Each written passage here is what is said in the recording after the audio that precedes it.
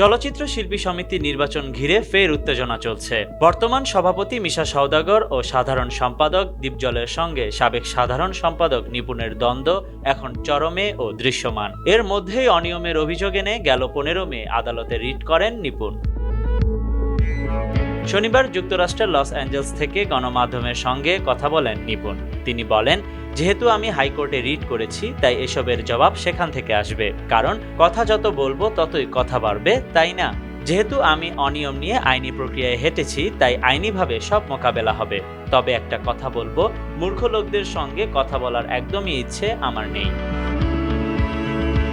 এরপর নাম উল্লেখ করে বলেন, অবশ্যই মূর্খ মিশা দীপজল দুজনেই, তাদের সঙ্গে কথা বলার কোনো ধরনের ইচ্ছাই আমার নেই। তাছাড়া মিশা ভাই তো ভীষণ মিথ্যুক একজন মানুষ, ওনাদের সঙ্গে এখন এই বিষয়ে আইনজীবীর মাধ্যমে কথা হবে, এটাই সবচেয়ে ভালো উপায়। আরও বলেন, আমার লস অ্যাঞ্জেলসের বন্ধুরা তো হাসে, বলে হু ইজ দীপজল, সে কি করে, সিনেমায় তার কি অবদান অশ্লীলতা ছড়ানো ছাড়া, তার সময় তো সিনেমায় অশ্লীলতা ছেয়ে যায়। সিনেমায় না এলে আমিও হয়তো আমার এসব বন্ধুদের মতো ওনাদের নাম শুনলে হাসতাম নাকি সিটকাতাম। আজ আমি ফিল্মে আসছি বলে হয়তো আমার নাম নিয়ে কথা বলতে পারছেন।